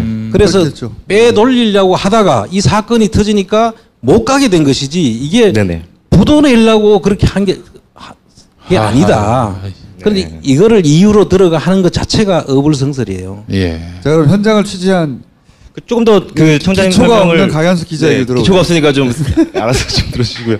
그 말씀하신 대로 자산이 이제 뭐 1조 가까이 되는 1조 넘는 그런 회사인데 이게 재밌는 게 그 국내의 다스의 자산 총액보다 해외 다스의 자산 총액이 더 많아요.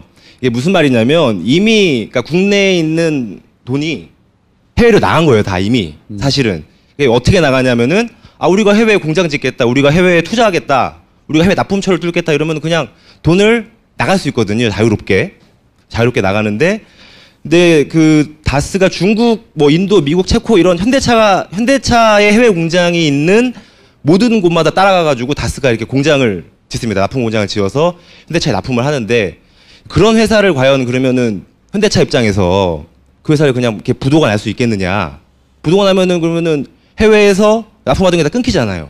그럼 그걸 어디서 또 이게 다시 가져오냐 이런 문제가 생기기 때문에 실제로 좀 부도 가능성이 낮은 것은 사실인 걸로. 근데 그런 분위기를 회사 내에서 계속 만들고 있다는 거죠 지금. 예, 그런 분위기를 만들어서 이거를 뭐 어떻게 보면은 밖으로 좀 퍼뜨리는 그렇기 때문에 제가 좀 알게 되지 않았을까. 우리 예. 어렵다. 네네. 우리가 지금 이런 상황에서 니네가 이런 건실한 회사를 국민들이 부당하게 누구 거냐고 묻고 해서 회사 형편이 어려워졌다는 피해자 코스프레를 막 하려고 생각하고 있는데 우리가 미리 막 떠들어가지고 잘 못하고 있는 거예요 이게. 아니 근데 그건 맞는데 사실 고위부도설이 그렇게 전파되지 않을 것 같아. 우리가 이거 노이즈 마케팅 해주는 거 아닌가? 아니 고위부도설 뉴스는 몇 번 나왔어. 근데 이게 영향을 받는 게 부도설 고위 빼고 부도설. 김정수가 말씀하신 것처럼 이게 왜 그러냐면 다스가 앞으로 곧 망할지도 모른다. 그런데 왜 우리가 그 플랜다스계를 모아가지고 그걸 살라고 하느냐. 이것도 그죠. 지금 그렇게 의심을 하는 사람들도 있습니다. 그래서 그거 약간 영향을 미치거든요. 예를 들어 사려고 하는 사람들한테 회사가 어차피 망할 거면은 지금 다 됐는데 그러면 안 사도 되나? 이렇게 만들기도 해요. 일부는. 예. 그러니까 이 고위부도설이 왜 중요하냐면은 아까 제가 말씀드렸던 이제 국내에 있는 그 다스의 돈, 뭐 자산 이런 것들이 해외로 나가기 때문에 중요한 건데, 그러니까 뭐 예를 들면 이런 식입니다. 어떻게 보통 보내냐면 제가 뭐 한 300만 원이 있어요. 300만 원이 있는데 청장님한테 뭐 한 400만 원을 어디서 100만 원 빌려다가 이렇게 보내요. 그러면은 청장님은 400만 원 있는 거잖아요. 그럼 저는 300만 원을 빌려준 거고. 근데 제가 나중에 이 300만 원을 안 받아버려요. 그러니까 저는 제가 국내 다스라고 보고 여기가 해외 다스라고 보면 이쪽으로 돈을 그냥 빌려주는 거예요, 다. 그리고 이걸 원래 받아야 되잖아요. 빌려준 돈은. 근데 이거를 안 받는 거예요. 그냥. 이게 이제 조금 제가 또 설명을 드리면 기초가 없기 때문에 지식이 없어가지고 그걸 뭐라고 표현해야 할지 모르기 때문에 돈을 주고 안 받는 거예요.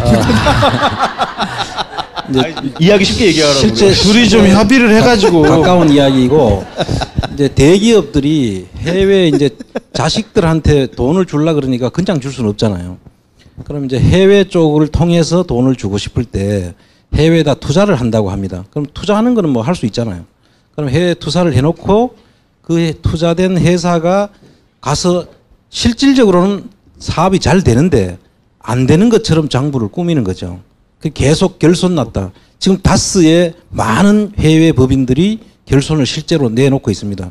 특히 브라질 법인하고 체코, 터키, 인도까지는 지금 결손을 막 내놓고 있거든요. 이상하죠. 결손이 날 리가 없는데. 결손이 날 수가 없는 회사예요. 날 수가 없는데 나요. 현대자동차가 나가는데 동반 진출하기 때문에 현대자동차가 책임을 지고 데리고 나가는 물량이 충분해요. 그냥 만들어서 보내기만 하면 다 이익 구조가 나오는 회사인데 결손을 내고 있단 말이죠. 이상해. 그런 경우에는 가서 결손을 날 수가 없는 거를 장부상으로 결손을 내놓고 그러면 회사가 형편없는 가치가 되잖아요. 그러면 그거를 검은 머리 외국인을 시켜가지고 실제로 이시영이가 예를 들면 이건 가정이지만 이시영이가 그 사람을 통해서 산다. 그래 되면은 쉽게 갈 수 있는 거죠. 이시불알. 그 현대차 일감 관련해서 조금 더 덧붙여 설명드리면 근본 없이 설명해봐요. 네, 근본 없이 그냥 한번 기초 지식 없이 얘기를 해보면 당연히 이제 뭐 어떤 제가 만약에 해외 공장을 짓는다고 하면은 해외에서 누가 제 물건을 사줘야지 나가는 거잖아요. 근데 그 사주는 게 현대차인 거는 이제 다 아실 거고 그러면은 다스가 언제부터 해외에 나가기 시작하냐면은 2004년에 나가요. 근데 2004년이 언제냐면 그 이명박 전 대통령이 서울시장 당선되고 나서 이제 결국에는 다스가 해외로 나가게 되는 거거든요. 그리고 나서 계속 꾸준하게 이제 현대차에서 일감을 많이 주니까 다스는 계속 성장을 할 수밖에 없잖아요. 그러면은 다스가 성장하는 걸 도와준 거는 현대차인데 이 현대차가 갑자기 뭐 일감을 끊거나 이러기는 어렵다고 아까 지금 말씀을 드렸었고 그러면은 이 부분에 대해서 이제 제가 뭐 근본 없이 기초 지식 없이 말씀을 드리면 주소가 없었는데 이 부분을 어떻게 보면은 현대차가 다스한테 준 뇌물로도 볼 수 있는 거잖아요. 그렇죠. 네. 예. 그래서 이 부분에 대해서 좀 여기 예언하는 방송이면 이 부분에 대해서 아마 조사가 이루어지지 않을까라고 감히 예측을 한번 해봅니다. 예언 처음으로 한번 하는 거예요? 지금 그러니까 현대 관련해서 조사가 이루어질 것이다. 예. 네. 현대가 이명박 전 대통령으로부터 받은 특혜들 이런 게 조사가 이루어질 것이다. 아니 현대도 당연히 그 다스가 MB 거라는 걸 알지 않을까요? 그거 알지 당연히 그거야. 현대가 제일 잘 알고 있죠. 제일 처음 만들 때부터 현대차가 제일 잘 알고 있죠. 근데 이제 이게 준다고 이렇게 이야기하는데 물량을 주는 방식이 그 사람들은 뭐라고 표현하냐면 아이템이라고 표현해요. 아이템이란 게 뭐냐면 그 모듈이라고 보통 이야기하기도 하는데 이 중간 완제품이에요. 중간 제품. 그것들을 이제 다스가 시트 회사잖아요. 그럼 시트 카바도 있을 테고 시트 뼈대도 있을 테고 시트를 이렇게 누르면 앞으로 왔다 뒤로 왔다 하는 그 전기 장치도 있을 테고 이 시트 하나에 들어가는 팔걸이도 있을 테고 이 여러 가지 부품들이 조립된 게 시트예요.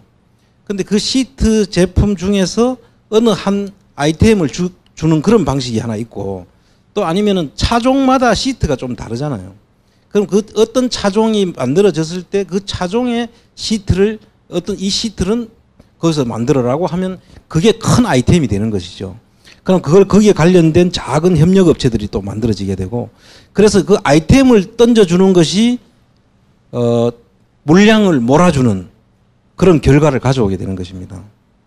그래서 지금 이야기하는 그 다스는 지금 검찰이 보고 있는 대로 왜 그럼 그런 아이템을 줬을까? 주게 될까?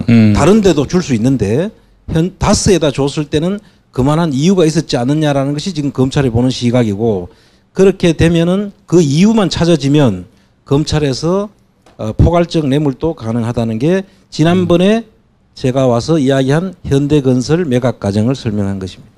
네. 근데 지금은 이제 그 다스와 직접적으로 현대자동차와의 주고받는 이해관계가 있을 수 있다. 라고 강현석 기자가 얘기하면서 그래서 아마 수사가 이쪽에서 뭐 터질 수도 있다 이런 얘기인 거네요. 그런 얘기고, 그러니까 이게 고위부도서랑 연결된 거는 결국에는 뭐 물론 가능성은 낮지만 정말 만약에 부도를 고의적으로 낸다면은 어쨌든 아까도 서두에도 얘기했지만 해외 법인은 이미 다 이시영 씨가 장악한 상황이기 때문에 뭐 국내 망하면은 해외에서 그냥 받아서 쓰지 뭐 이렇게 돼버리면은 잡을 방법이 없어지는 거예요.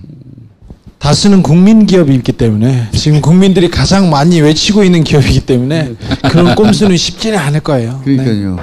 오늘 MBC 지금 8시 뉴스에서 단독 보도가 하나 나왔는데 다스 부사장이 이시영이 MB를 믿고 다스를 자기 것이라고 하고 다녔다는 그런 녹취 파일이 나왔습니다. MBC에서 지금 다스에 관한 걸출한 기사들이 계속 나오고 있습니다. 저는 MBC에서 탐사 보도 프로그램 스트레이트를 진행하게 됐습니다. 2월 초부터 시작합니다. 2월 초부터. 네. 그 강영석 기자가 참 그 예리한 거를 찾았는데 사람들이 잘 모르는데 지금 아까도 이야기했듯이 외국에서 돈이 빠져나간다 그랬잖아요. 국내에서는 위장 계열사를 통해서 빠져나가고 돈의 대부분은 외국에서 지금 빠져나간다. 이렇게 이제 했는데 그 외국의 자금과 해결을 담당했던 직원을 강현석 기자가 찾았는데 그 사람들을 압수수색을 안 했다는 거예요. 제 보도하고 했어요. 다음 날인가 바로 했어요. 또 한 발 늦어버렸네 이게. 그러니까 제가 그 소식 그걸 듣는 순간에 이게 뭐지? 몰랐겠죠 그때는. 몰랐다. 그러면 빨리 강현석 기자한테 물어봤어야죠. 이게 진짜 심각한 것이 그 사람들은 그 내용을 다 알고 있는 거잖아요. 그 사람들을 컴퓨터를 어떻게 지웠는지 그 내용을 제일 먼저 봤어야 되는 건데 이 회사의 실태를 아는 사람이라면 적어도 세무조사를 들어간다면 제일 먼저 확보해야 되는 게 그 사람들의 그 해외를 어떻게 빼돌렸나.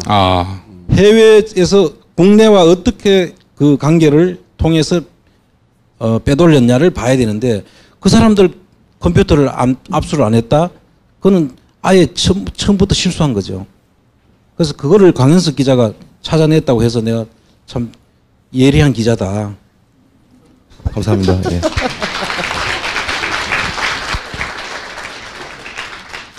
근본이 그렇게 있진 않으나 제가 보기에는 본인만의 장르를 개척했어요. 다스에서 아무도 하지 않는 현장에 가서 이제 계열사 사장들이나 이 사람들하고 이 사람들 소위 승계가 되고 있다고 수사 갈래를 만들어낸 기자예요. 생각해 보시면 우리는 다스는 누구 겁니다 추적했지 아들한테 어떻게 넘어가고 있나까지 신경 안 썼거든요. 아들한테 어떻게 넘어가고 있냐를 찾아내려고 한 건 아닌데 하다 보니까 얻어 걸려가지고 거기서 큰 줄기 하나 나왔어요 진짜. 그거 못 막았으면은 막히고 있는 중이란 말이죠. 점점점. 아들한테 홀랑 넘어가고 껍데기만 수사할 뻔했어요. 아주 우연히 얻었다는 거 아니야. 자다가 조준희 기자는 저렇게 잘하고 있는데 나는 뭐 하나. 아니, 훌륭했습니다. 훌륭했습니다. 아, 감사합니다. 대박이 났어요 내가 보기엔. 이거 지금 전체적으로 인정을 잘 안 해주고 여론이 조명을 안 하는데 강영수 기자가 큰 굿즈 하나 냈어요. 저기 다스에 관한 가장 완벽한 해설서가 다스베이더인데 다스베이더에서 계속해서 인정을 해주고 있으니 그럼 딴 데서 안 받아주더라고. 수백만 명은 계속 인정하는 겁니다. 일요 신문이라고 무시하는 거야, 씨발? 일요신문 전통의 일요신문이야. 약간 무시당해도 싸긴 해요. 근데 약간 네.